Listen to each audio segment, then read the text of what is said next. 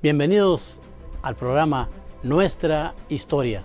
Soy Héctor Jaime Treviño Villarreal, historiador, y en esta ocasión tocaremos un tema muy interesante, pero además que es desconocido.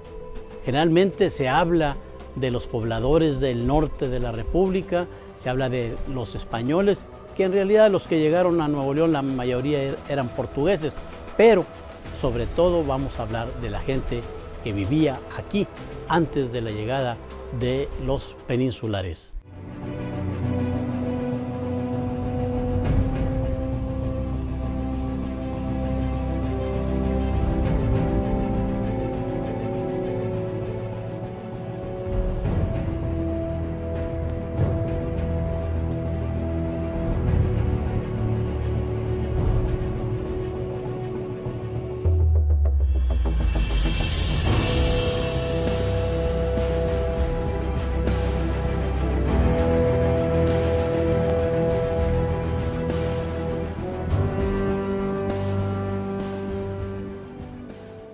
Bien, al llegar los peninsulares a esta región, a la región noreste, vamos a hablar de la época de 1572, 1573, aunque ya desde antes hubo algunas incursiones que se tienen registradas, algunos viajeros que pasaron por estos lugares. Sin embargo, en 1572, a fines, en el mes de diciembre, principios de enero, anduvo por estos lugares Luis Carvajal y de la Cueva. ¿Cuál fue su sorpresa al ver a los naturales de esta región? No diferían mucho de los que habían encontrado en Zacatecas, porque ellos pertenecían a un grupo racial, que podemos decir, llamado los coahuiltecos, que tenían las mismas características físicas. Sin embargo, esta gente que habitaba en esta región, estas etnias, tenían características muy especiales. En primer lugar, vivían en un valle extenso, este valle que los españoles le pusieron Valle de Extremadura, y toda la región aledaña, es decir, todo lo que conformaba Nuevo León y las llanuras de Tamaulipas, así como los contrafuertes de las sierras en que ellos habitaban o deambulaban, por decir así. Bien, ¿qué características físicas tenían estos individuos? Pues eran hombres y mujeres que no eran obesos, eran delgados, muy ágiles, caminaban constantemente de acuerdo a las estaciones del año. ¿Por qué razón? Porque ellos iban a buscar su subsistencia. ¿Cómo subsistían? Bueno, pues con la caza, la pesca y la recolección de frutos. Los hombres, algunos de ellos andaban completamente desnudos, otros usaban un taparrabo. Esto en verano. En invierno usaban las pieles de los animales que cazaban, mientras que las damas se cubrían las partes, dice el cronista Alonso de León, las partes deshonestas las cubrían con un tejido de hilos de lechuguilla o de maguey que ellas tejían, y aparte con un faldellín de cuero. Además usaban la piel del venado, que era uno de los animales preferidos de su cacería, para hacer una especie de teguas o cacles de gamuza que les servían para protegerse los pies. Es decir, eran personas pues ligeras, delgadas, corriosas, o sea, musculosas, no verdaderamente por su alimentación, la obesidad no campeaba por estos lugares, y se estaban constantemente moviendo de un lado a otro, ya lo dijimos, por las estaciones del año y por su alimentación. Recolectaban una serie de frutos, de semillas que obtenían de los árboles y de las hierbas de la localidad. Sobre todo, comían mucha tuna.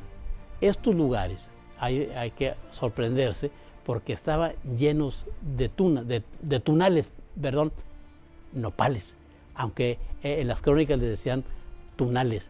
O sea, los españoles cuando llegaron acá se sorprendieron al ver el higo chumbo, que le llaman en la península ibérica.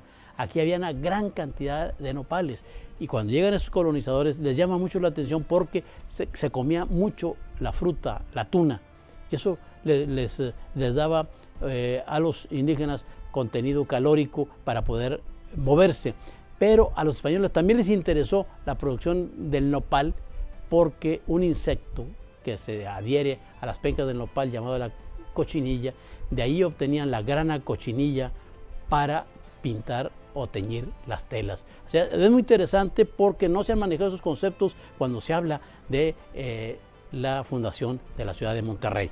Bien, las etnias en este sentido, pues habitaban, deambulaban y dirán ustedes, bueno, ¿cuántos eran? ¿Cómo eran? ¿Cómo vivían? Pues ellos vivían en lo que los españoles llamaban rancherías, familias de 20 a 50 personas, y esto les permitía el desplazamiento de un lugar a otro. Hacían sus habitaciones en forma de campana, con carrizo, lodo, palma, y también tenían abrigos rocosos en las cuevas, en los relices de las sierras. Volvemos en un momento en Nuestra Historia. Regresamos a su programa Nuestra Historia. Decíamos de las etnias, los naturales, los indígenas de esta región, que deambulaban libremente, de carácter rebelde, indómito, y esto se hizo así porque llegaron los colonizadores a tratar de someterlos, pero no pudieron lograrlo fácilmente. Ellos también guerreaban con otros grupos de indígenas, era parte de defender sus territorios, aunque no los tenían, esos territorios no había cercas, no había vallas, pero sí había un territorio más o menos determinado por la acción de cada tribu. Y también a veces lo hacían como una especie de deporte, el guerrear, porque conseguían prisioneros y que con algunos de ellos cometían actos de antropofagia, es decir, se comían a los rivales que agarraban. Esto es interesante verlo desde una óptica ritual, no como la vieron los europeos que llegaron aquí y se asombraron. Hay que recordar que en el juego de pelota a veces el ganador era sacrificado y era un orgullo. Hay que entender la idiosincrasia de estas etnias, de estas tribus. Pues bien, dijimos también que su vivienda era en chozas en forma de campana. Recordamos, eran seminómadas, pero había que protegerse de las inclemencias del tiempo y las armaban rápidamente con los materiales que encontraban del lugar, o en estos abrigos rocosos que son una especie de cuevas en las sierras, y donde tenemos también inscripciones que han dejado y además restos ahí de sus fogones, donde hemos podido saber de qué se alimentaban, qué comían y demás. Pero bien, ¿cómo subsistían? Subsistían de la caza, la pesca y la recolección de tallos y frutos. En la caza, el animal preferido era el venado cola blanca, que reinaba por estos lugares. También de vez en cuando llegaban por acá manadas de cíbolos, es decir, el búfalo americano, que lo localizamos en las planicies y en las llanuras de los Estados Unidos, y que allá los apaches y los comanches era una de las más importantes fuentes de alimentación. De estas etnias, apaches y comanches, vamos a hablar más adelante, porque ellos entraron a esta región hasta 1740, y trataremos un programa especial sobre apaches y comanches. Bien, pero cazaban además víboras, cazaban aves, bueno, todo animal que arrastrara y volara, como se dice en la actualidad, todo animal que se arrastre, corra y vuela, a la cazuela. Así mismo hacían los indígenas en aquellas épocas. Aprovechaban también los dientes de los animales, de las liebres, de los conejos, para utilizarlos como instrumentos o como adornos también. Las escamas y las espinas de los peces, porque eran también excelentes cazadores, hacían una especie de redes y obtenían estas pesquerías donde aprovechaban lo mejor de los pescados. Hay que recordar que cuando vinieron luego los iberos, los españoles y portugueses, un lugar se llamó la Pesquería Grande, que hoy es García, y la Pesquería Chica, que es García, Nuevo León. Esto asociado con las actividades de la pesca. Pero bien, dirán ustedes, ¿cuáles eran los nombres de estas tribus? Las crónicas nos han legado más de 250 nombres de las tribus que merodeaban alrededor de Monterrey. Esos nombres, muchos de ellos se los pusieron los peninsulares. Por ejemplo, cometunas. ¿Por qué les pusieron? Pues precisamente se dedicaban a esto, a comer tunas. Los del mal nombre, la tribu del mal nombre, quién sabe qué nombre le darían los españoles, pero yo creo que no lo podían pronunciar porque era la tribu del mal nombre. Los Gualeguas, que dieron lugar luego a la población llamada Agualeguas, Nuevo León. Gualeguas, la tribu de los Borrados, la tribu, porque se pintaban, pero las rayas eran borrosas. Los Rayados, que algún comunicólogo hace tiempo, hace 30 o más años, quiso decir que el equipo de fútbol que hay en la localidad se llamaba Los Rayados gracias a estas etnias. No, era porque se pintaban la cara, se la rayaban. Había los pelones, por obvias razones, porque se rapaban completamente el cabello. Estaban los ayaguas, los garzas, los ayalas, los terribles y fieros alazapas que estaban en el Valle de las Salinas, lo que es Salinas Victoria, el Carmen, Abasolo, Mina, pero también en la Sierra de Santa Clara, y que dominaban toda la extensión donde está ahorita Sabinas Hidalgo, Villaldama y Bustamante, y que estos fieros indios alazapas no permitieron el avance de los colonizadores españoles hacia el norte nuevo-leonés, sino hasta 90 años después de fundada la ciudad de Monterrey. Muchos otros hay nombres de estas tribus que se los pusieron los españoles. Por ejemplo, los bajanes, que vivían por el área de las Norias o Acatita de Bajón, ahí donde aprendieron a don Miguel Hidalgo y Costilla y los demás líderes del movimiento de independencia. Los catujanes, en la mesa hermosísima que está enfrente de Lampazo, esa mesa que mide 22 kilómetros de largo por 7 de ancho, enfrente de la ciudad de Lampazo, es hermosísima. Ahí en la cima vivían los indios catujanes, es la mesa de los catujanes. Y los barbajanes, porque nomás las malas palabras aprendieron de los españoles. O sea, ellos no se conocían como borrados o como rayados o como pelones, aiguales, coanales, sino que estos nombres se los dieron los españoles de acuerdo a lo que ellos veían, oían de alguna pronunciación de su idioma, o de alguna característica física o de lo que consumían. Regresamos en un momento en nuestra historia. Regresamos a nuestra historia. Estas apasionantes aventuras y los sucesos, todo aquello que se daba en aquellas épocas, que hay que remontarnos en el tiempo, ver y disociar que esta región, quiten ustedes todas las construcciones, cómo estaba aquellos lugares donde estaba virgen completamente. Bueno, si hemos visto fotos de 1940, 1950, donde vemos el Cerro de la Silla y todo esto completo, sin el avance de, entre comillas, la civilización. Ustedes se imaginan cuál fue la sorpresa de ver esta región donde está situado Monterrey y sus alrededores, ver una gran cantidad de arroyos, de manantiales, los ojos de agua. Pues en estas regiones deambulaban nuestras etnias, nuestros indios, y tenían su muy particular modo de vivir. Muy importante, hablamos de la cacería como una fuente de subsistencia y del venado cola blanca que ellos cazaban, así como liebres, hasta serpientes, lagartijos y aves y demás. Pero lo interesante de esto es que en la organización social el hombre era el que cazaba, pero ahí terminaba su función. Él preparaba el arco, que a veces eran del tamaño de ellos, escogían varas de árboles que ellos perfectamente conocían que fueran flexibles, hacían con su correa de cuero de venado, hacían sus flechas, las puntas de flechas, incluso algunas de ellas conocían bien el secreto de las plantas, les ponían hasta algún veneno y demás, que eran mortíferas y eran ágiles y eran muy hábiles con el arco y con la flecha. Pues bien, su función era a la hora de la cacería y ahí terminaba, igual que también los apaches y los comanches y en muchas otras etnias del mundo. ¿Qué seguía? ¿Quién iba por el venado? La mujer. Las mujeres tenían que ir por el venado, eran las que lo destazaban, eran las que arreglaban la carne, eran los que curtían las pieles y eran los que hacían los vestidos.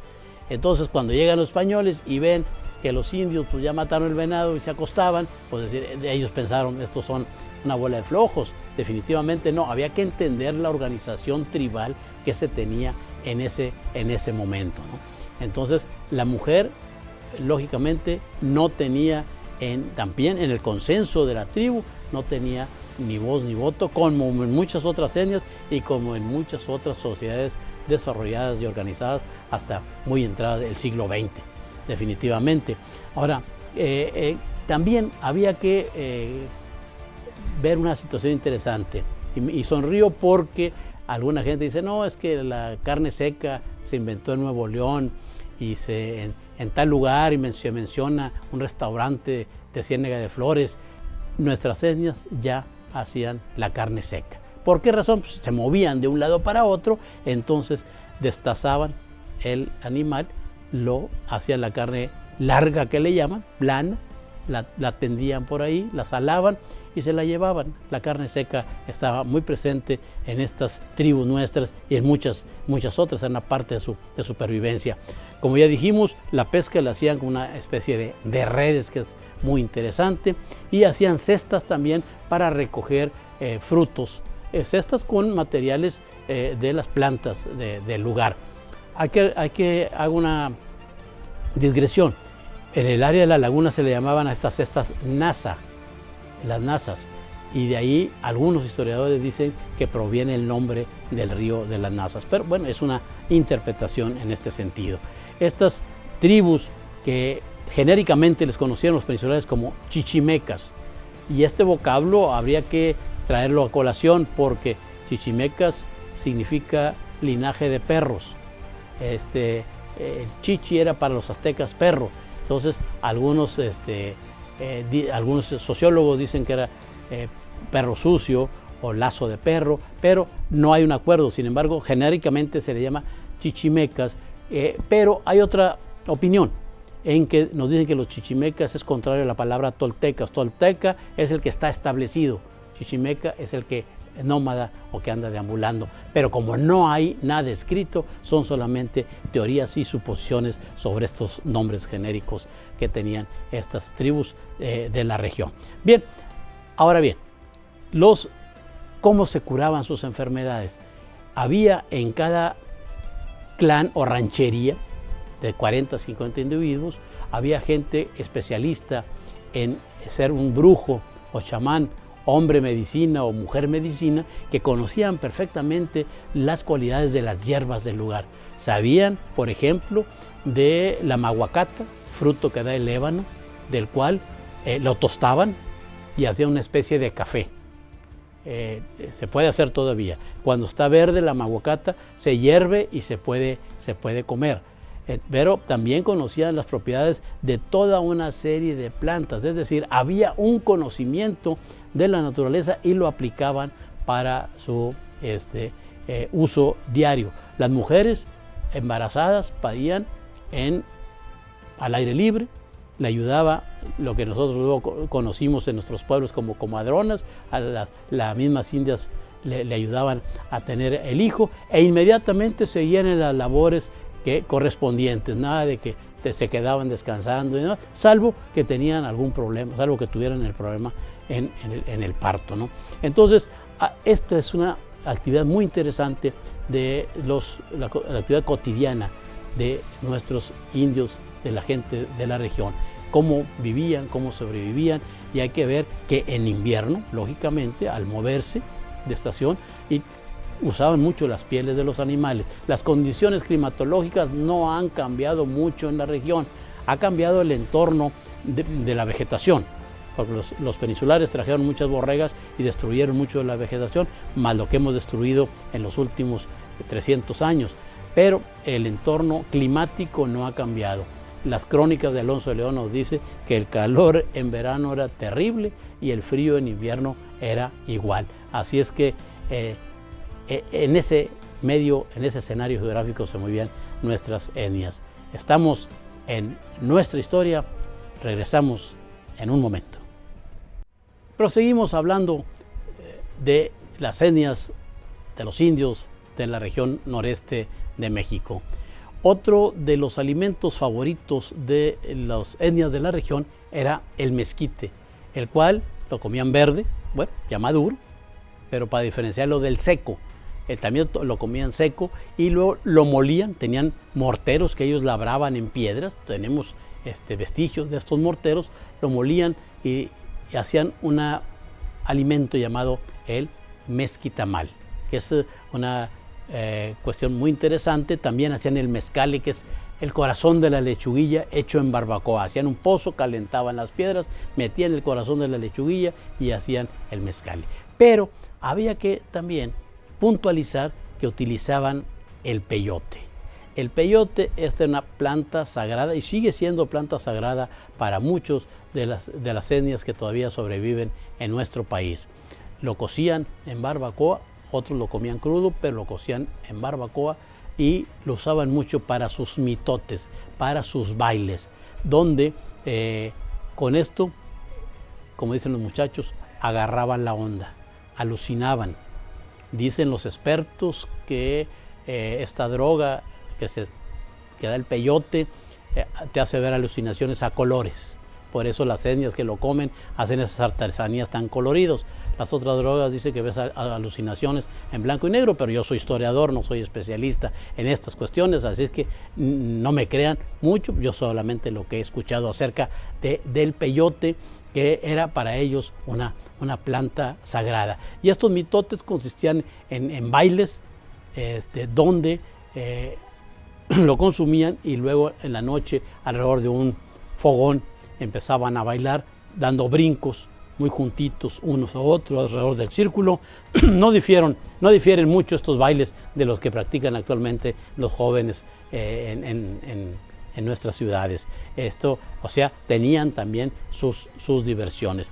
Ahora, en cuanto al matrimonio, pues no existía como institución tal. Sin embargo, pues si algún hombre quería apropiarse, porque era la palabra, apropiarse de una dama, simplemente se acercaba o hablaba con los padres de ella, y ya cuando ya no había un entendimiento o ya no se la quería, pues simplemente cambiaba con otra dama, o las damas también podían cambiar a el hombre en esta institución social, entre comillas, porque no era un matrimonio, ¿no? O sea, había ahí estos acuerdos. También esto les escandalizó a los iberos, a los españoles. Es decir, hay situaciones tan interesantes en esto de las etnias que y hay que profundizar más, hay que estudiar más a nuestros indígenas. No hay que verlos con el prejuicio que tantas veces se le ha visto. Ahora, también en esta resistencia indígena, en no dejarse de los colonizadores españoles, sobresalieron algunos caciques. El más reconocido de todos ellos es el Coajuco, que todavía permanece el nombre del Valle del Guajuco, que no es valle ni se llama Guajuco, es con C, Coajuco. Era este capitán o cacique indígena muy reconocido, que aprendió la lengua de los españoles, aprendió a traficar con él, les vendía indios que conseguía de otras tribus y los negociaba con ellos. Según las crónicas, era un hombre alto, corpulento, de mucho imperio, es decir, imponía, que daba órdenes, le temían los demás indios, hasta que allá por la parte sur del estado se amotinaron los que andaban con él y lo mataron a golpes de mazo, de unos barrotes o tablas, palos, y acabaron con el Coajuco. También estaba el Colmillo, Cabrito, son caciques Nacabaja y muchos otros, del cual tenemos un registro muy amplio, que destacaron esta lucha de resistencia en contra de los indígenas.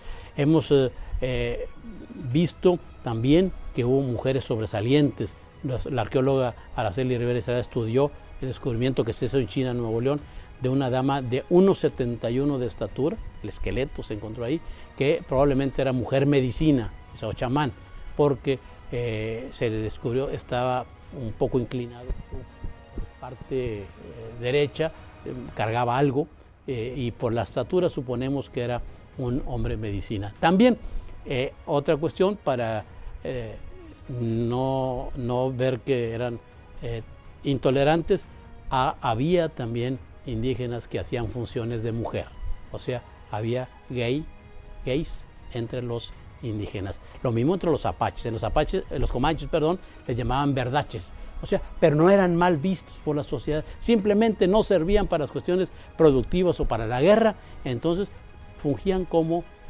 mujeres y hacían las labores propias de la mujer, pero no eran discriminados ni eran eliminados de la sociedad. Es una situación muy interesante de nuestras etnias. Agradecemos mucho su presencia, que nos favorezcan con su atención y esperemos que nos acompañen en los siguientes programas de nuestra historia, aquí donde están los mejores acontecimientos, donde analizaremos los sucesos históricos de este maravilloso país que es México.